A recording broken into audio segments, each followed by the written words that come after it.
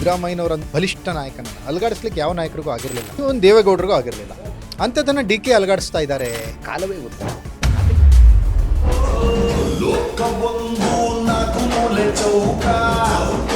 ಕಾಂಗ್ರೆಸ್ ನಿಷ್ಠೆ, ಅದು ನೆಹರು ಕುಟುಂಬದ ಬಗ್ಗೆ ಅವರಿಗೆ ಪಕ್ಷವನ್ನ ಸಂಘಟಿಸುತ್ತಿದ್ದ ರೀತಿ, ಜನರ ಮನಸ್ಸಿನ ಪ್ರತಿಧ್ವನಿ, ಕನ್ನಡ ಕುಲದ ಕಣ್ಣಣಿ.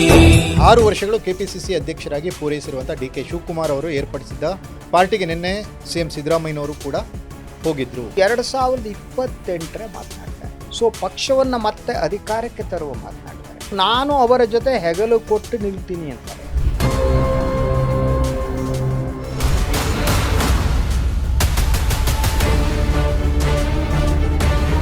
ಕ್ಕೆ ನೀವೆಲ್ಲ ಇಡಿರೋದು ನಿಮ್ದೇ ನಾಯಕತ್ವ, ನೀವೇ ಮುಖ್ಯಮಂತ್ರಿ, ನಾನು ನಿಮ್ಮ ಜೊತೆ ನಿಲ್ತೀನಿ. ಗೆಲ್ಲುವೆ ಒಂದು ದಿನ, ಗೆಲ್ಲಲೇಬೇಕು.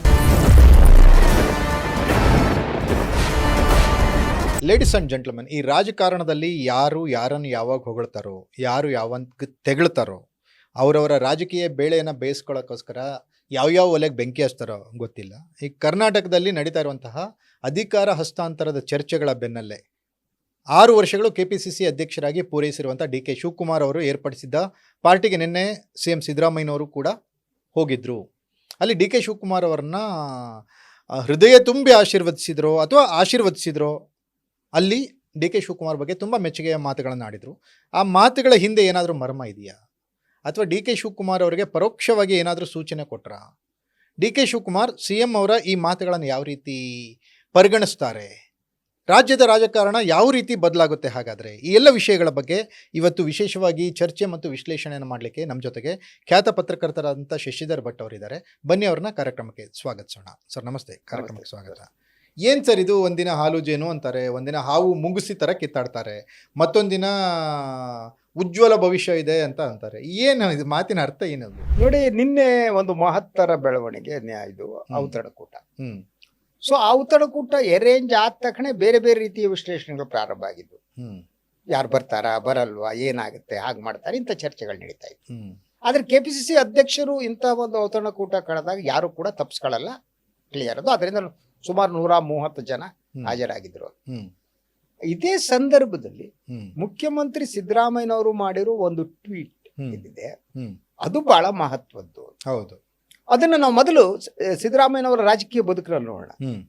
ಅವರು ಕಳೆದ 2-3 ಟ್ವೀಟ್ ನಲ್ಲಿ ಡಿ ಕೆ ಶಿವಕುಮಾರ್ ಅವರನ್ನ ಹೊಗಳಿದ ಹಾಗೆ ಅವರ ರಾಜಕೀಯ ಬದುಕಿನಲ್ಲಿ ಇನ್ನೊಬ್ಬರು ಯಾವತ್ತೂ ಹೊಗಳಿದ್ದಂತೂ ನನಗೆ ಗೊತ್ತಿಲ್ಲ. ಹೌದು ಹೌದು ಹೌದು, ಯಾರನ್ನು ಹೊಗಳೋ ಮನುಷ್ಯರಲ್ಲ, ಆ ರೀತಿ ಹೊಗಳಿದ್ ನೋಡೇ ಇಲ್ಲ ನಾನು. ಹಾಗಿದ್ರೆ ಏನು ಅದು ಅಂತ. ಸೊ ಹಾಲು ಜೇನಿಂದು ಒಂದು ಮುಗೀತು, ಆಯ್ತಾ, ಅದು ಚರ್ಚೆ ಕೂಡ ಆಯ್ತು. ನಿನ್ನೆ ಅವರ ಟ್ವೀಟ್ ಏನಿದೆ, ಅವರು 2028 ಮಾತನಾಡ್ತಾರೆ. ಸೊ ಪಕ್ಷವನ್ನ ಮತ್ತೆ ಅಧಿಕಾರಕ್ಕೆ ತರುವ ಮಾತನಾಡ್ತಾರೆ. ಸೊ ನಾನು ಅವರ ಜೊತೆ ಹೆಗಲು ಕೊಟ್ಟು ನಿಲ್ತೀನಿ ಅಂತಾರೆ, ನಾನು ಅವ್ರ ಜೊತೆಗೆ ಇರ್ತೀನಿ ಅಂತ. ಅದರ ಅರ್ಥ, ಈ 2.5 ವರ್ಷಗಳ ಕಾಲ ನೀವು ಹೆಗಲು ಕೊಟ್ಟು ನನ್ನ ಜೊತೆಗಿದ್ರೆ 2028ಕ್ಕೆ ನಾನು ಹೆಗಲು ಕೊಟ್ಟು ನಿಮ್ಮ ಜೊತೆಗೆ ಇರ್ತೀನಿ. ಎಸ್, ಅಲ್ಲಲ್ಲ, ಈ ವಿಚಾರ ಇದೆಯಲ್ಲ, ನಿನ್ನೆ ಯಾರ್ಯಾರು ಪಾಲ್ಗೊಂಡಿದ್ರು ಔತಣಕೂಟದಲ್ಲಿ, ಅದರಲ್ಲಿ ಯಾರ್ಯಾರು ಈ ಟ್ವೀಟ್ ನೋಡಿದ್ರೆ ಅವ್ರೆಲ್ಲರಿಗೂ ಗೊಂದಲ ಉಂಟಾಗಿದೆ. ಸಿದ್ದರಾಮಯ್ಯನವ್ರ ಪರವಾಗಿರುವವರಿಗೂ ಗೊಂದಲ ಶುರುವಾಗಿದೆ, ಸಿದ್ದರಾಮಯ್ಯನವರು ವಿರುದ್ಧವಾಗಿರುವವರಿಗೂ ಡಿ ಕೆ ಏನಪ್ಪ ಇದು, ಏನು ಗೊತ್ತಾಗ್ತಾನೆ ಇಲ್ಲ ಇದು ಅಂತ ಇಬ್ರು.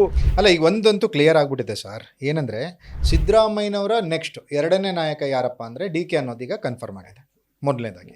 2ನೇದಾಗಿ ಡಿ ಕೆ ಅವರಿಗೆ ಅನಿವಾರ್ಯತೆ ಏನು ಅಂದರೆ, ಸಿದ್ದರಾಮಯ್ಯನವರ ಆಶೀರ್ವಾದ ಇಲ್ಲದೆ ಮುಖ್ಯಮಂತ್ರಿ ಆಗೋದು ಕಷ್ಟ ಕರ್ನಾಟಕದಲ್ಲಿ ಅನ್ನೋ ಅರಿವು ಡಿ ಕೆ ಶಿವಕುಮಾರ್ ಆಗಿದೆ. ಪರ್ಫೆಕ್ಟ್, ಇದು ಪರ್ಫೆಕ್ಟ್ ಆಬ್ಸರ್ವೇಷನ್. ಆದ್ರೆ ಸಿದ್ದರಾಮಯ್ಯ ಒಂದು ಆಟವನ್ನ ಆಡ್ತಾ ಇದ್ದಾರೆ. ಹೌದು, ಅವರ ಆಟ ಹೇಗೆ ಅಂತ ಅಂದ್ರೆ, ಅವರು ಎಲ್ಲರಿಗೂ ಒಂದು ಸಂದೇಶವನ್ನು ಕೊಡ್ತಾರೆ. ಅವ್ರದ್ದು ಇತ್ತೀಚಿನ ದಿನಗಳಲ್ಲಿ ಈ ಸಂದೇಶದ ರಾಜಕಾರಣ ಇದೆಯಲ್ಲ, ಅದು ಬಹಳ ಮಹತ್ವವನ್ನು ಪಡೆದ. ಆಯಾಯ ಕಾಲಕ್ಕೆ ಯಾರಿಗೆ ಯಾವ ಸಂದೇಶವನ್ನು ಕೊಡಬೇಕು. ಇದೇ ಸಿದ್ದರಾಮಯ್ಯನವರು ಕೇವಲ 8 ದಿನಗಳ ಹಿಂದೆ ನನ್ನ ವಿರುದ್ಧ ಷಡ್ಯಂತ್ರ ನಡೀತಾ ಇದೆ, ಕುರಿ ಕಾಯುವಾಗಿಂದ ಅನ್ನೋ ತರದೆಲ್ಲ, ಅಂದ್ರೆ ಅವಾಗ ಅವರು ಎಮೋಷನ್ ಅನ್ನ ತನ್ನ ಪರವಾಗಿ ಬಳಸಿಕೊಳ್ಳುವ ಯತ್ನ ಮಾಡಿದ್ರು. ಅದರಲ್ಲಿ ಜಾತಿಯ ಬಳಕೆ ಇತ್ತು, ತಾನು ಕುರಿ ಕಾಯುವ ಅನ್ನುವಂಥದ್ದು, ಅಂದ್ರೆ ಅಪ್ಪರ್ ಕಾಸ್ಟ್ನವರು ನನ್ನನ್ನ ವಿರೋಧ ಮಾಡ್ತಾರೆ ಅನ್ನೋ ಮೆಸೇಜ್ ಅನ್ನ ನನ್ನ ಕೊಡಬೇಕು. ಜೊತೆ ಇರೋ ಅಹಿಂದ ನಾಯಕರಿಗೂ ತೊಂದರೆ ಕೊಡ್ತಿದ್ದಾರೆ ಅನ್ನೋ ತೊಂದರೆ ಕೊಡ್ತಾರೆ ಅಂದ್ರೆ ಅವರು ಅದನ್ನ ಆವಾಗಿನ ಗುರಿ ಏನಾಗಿತ್ತು ಅಂದ್ರೆ ಡಿ ಕೆ ಶಿವಕುಮಾರ್ ಆಗಿದ್ರು. ಹೌದು. ಅಪ್ಪರ್ ಕಾಸ್ಟ್ಗೆ ಸೇರಿದಂತ ಡಿ ಕೆ ಶಿವಕುಮಾರ್ ಅವನ್ನ ಗುರಿಯಾಗಿರಿಸಿಟ್ಟು ಅವರು ಆ ಸಂದೇಶವನ್ನ ಕೊಟ್ಟಿದ್ರು ಮತ್ತು ಆ ಸಂದೇಶವನ್ನ ಕಾಂಗ್ರೆಸ್ ಪಕ್ಷದ ವರಿಷ್ಠರಿಗೂ ತಲುಪಿಸುವ ಯತ್ನ ಮಾಡಿದ್ರು. ಇದು ಆದ ಮೇಲೆ ಯಾವಾಗ ಡಿ ಕೆ ಶಿವಕುಮಾರ್ ಡೆಲ್ಲಿಗೆ ಹೋದ್ರು ಬಂದ್ರು, ಯಾವುದೇ ಗ್ರೀನ್ ಸಿಗ್ನಲ್ ಅವ್ರಿಗೆ ಸಿಕ್ಕಿಲ್ಲ, ಆವಾಗ ಇವ್ರು ಇದ್ದಕ್ಕಿದ್ದಾಗೆ ದಾಳವನ್ನ ಬೇರೆ ರೀತಿ ಉರುಳಿಸಕ್ ಪ್ರಾರಂಭ ಮಾಡಿದ್ರು. ಟಾರ್ಗೆಟ್ ಚೇಂಜ್ ಮಾಡಿದ್ರು. ಚೇಂಜ್ ಮಾಡಿಬಿಟ್ಟು ಡಿ ಕೆ ಶಿವಕುಮಾರ್ಗೆ ಇಂಡೈರೆಕ್ಟ್ ಸಂದೇಶ ಕೊಡಕ್ ಶುರು ಮಾಡಿದ್ರು. 28 ಅಲ್ಲ, ಮತ್ತೊಂದು ಏನಂದ್ರೆ ಸರ್, ನನಗೆ ಇಲ್ಲಿ ಈ ಸಿದ್ದರಾಮಯ್ಯನವರಂತ ಬಲಿಷ್ಠ ನಾಯಕನನ್ನ ಅಲ್ಗಾಡಿಸ್ಲಿಕ್ಕೆ ಯಾವ ನಾಯಕರಿಗೂ ಆಗಿರ್ಲಿಲ್ಲ. ನೀವು ಮೊದ್ಲಿಂದ ನೋಡಿದ್ರೆ ಈ ಒಂದು ದೇವೇಗೌಡರಿಗೂ ಆಗಿರ್ಲಿಲ್ಲ. ಅಂತದನ್ನ ಡಿ ಕೆ ಅಲ್ಗಾಡಿಸ್ತಾ ಇದ್ದಾರೆ.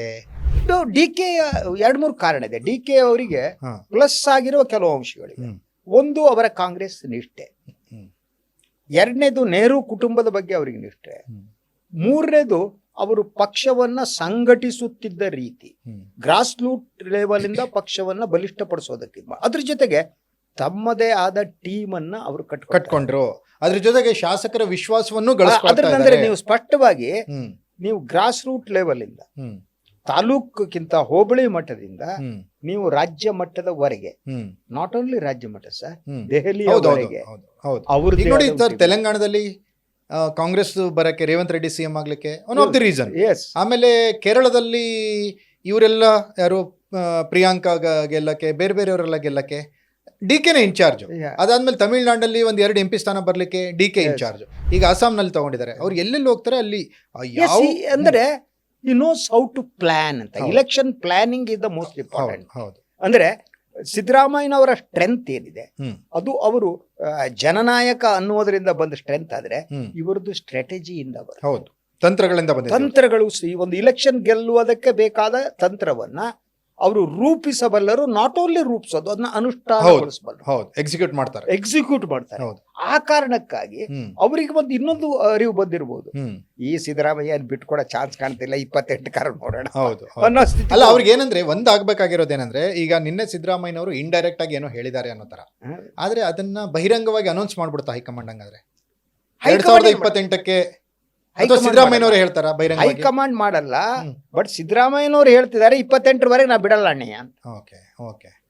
ಅದರ 28ಕ್ಕೆ ನೀವೇ ಅನ್ನೋದವ್ರು ಹೇಳ್ತಾರ? ಅದನ್ನೇ ಅವ್ರು ಹೇಳ್ತಿದ್ದಾರೆ ಇಂಡೈರೆಕ್ಟ್ಲಿ. 28ಕ್ಕೆ ನೇರವಾಗಿ ಹೇಳ್ತಾರ? ಈಗ ಇದುವರೆಗೆ ನೇರವಾಗಿ ಹೇಳಿಲ್ಲ. ನಿನ್ನೆ ಆ ಒಂದು ಸಂದೇಶ ಇದೆ ಅವ್ರ ಹತ್ರ.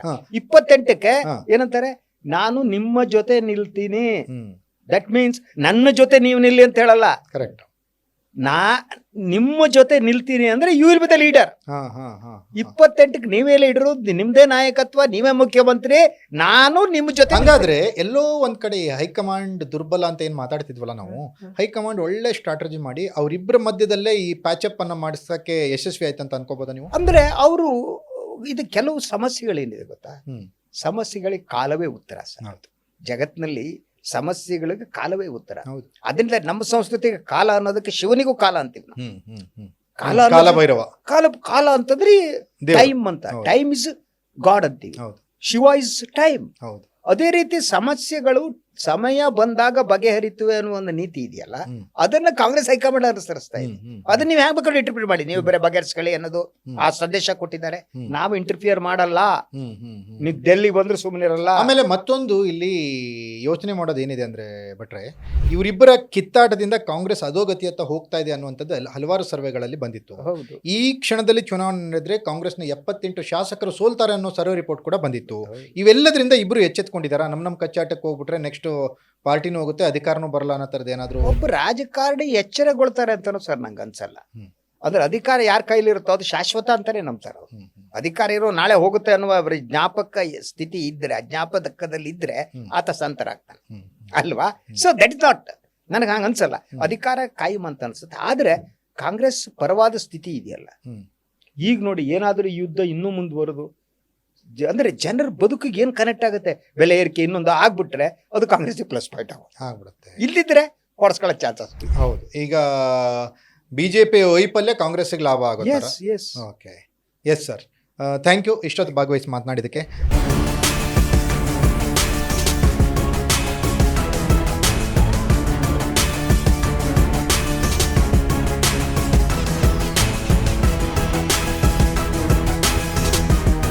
ನೋಡಿದ್ರಲ್ಲ ವೀಕ್ಷಕರೇ, ಇದು ಖ್ಯಾತ ಪತ್ರಕರ್ತರು ಶಶಿಧರ್ ಭಟ್ ಅವರ ವಿಶ್ಲೇಷಣೆ. ಒಂದು ಕಡೆ ಧೀಮಂತ ನಾಯಕ, ಅಹಿಂದ ನಾಯಕ ಸಿದ್ದರಾಮಯ್ಯ, ಮತ್ತೊಂದು ಕಡೆ ಸಂಘಟನಾ ಚತುರ, ಸಂಪನ್ಮೂಲವನ್ನು ಕ್ರೋಢೀಕರಿಸಬಲ್ಲಂಥ ನಾಯಕ ಡಿ ಕೆ ಶಿವಕುಮಾರ್.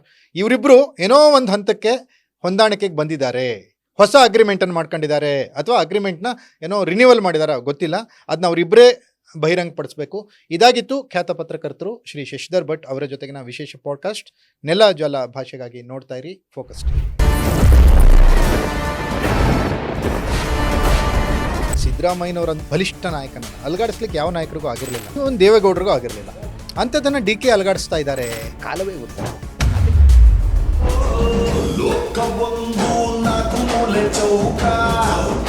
ಕಾಂಗ್ರೆಸ್ ನಿಷ್ಠೆ, ಇದು ನೆಹರು ಕುಟುಂಬದ ಬಗ್ಗೆ ಅವರಿಗೆ ಪಕ್ಷವನ್ನ ಸಂಘಟಿಸುತ್ತಿದ್ದ ರೀತಿ, ಜನರ ಮನಸ್ಸಿನ ಪ್ರತಿಧ್ವನಿ ಕನ್ನಡ ಕುಲದ ಕಣ್ಣಣಿ. 6 ವರ್ಷಗಳು ಕೆಪಿಸಿಸಿ ಅಧ್ಯಕ್ಷರಾಗಿ ಪೂರೈಸಿರುವಂಥ ಡಿ ಕೆ ಶಿವಕುಮಾರ್ ಅವರು ಏರ್ಪಡಿಸಿದ್ದ ಪಾರ್ಟಿಗೆ ನಿನ್ನೆ ಸಿಎಂ ಸಿದ್ದರಾಮಯ್ಯನವರು ಕೂಡ ಹೋಗಿದ್ರು. 2028 ಮಾತನಾಡ್ತಾರೆ. ಸೊ ಪಕ್ಷವನ್ನ ಮತ್ತೆ ಅಧಿಕಾರಕ್ಕೆ ತರುವ ಮಾತನಾಡ್ತಾರೆ. ನಾನು ಅವರ ಜೊತೆ ಹೆಗಲು ಕೊಟ್ಟು ನಿಲ್ತೀನಿ ಅಂತಾರೆ.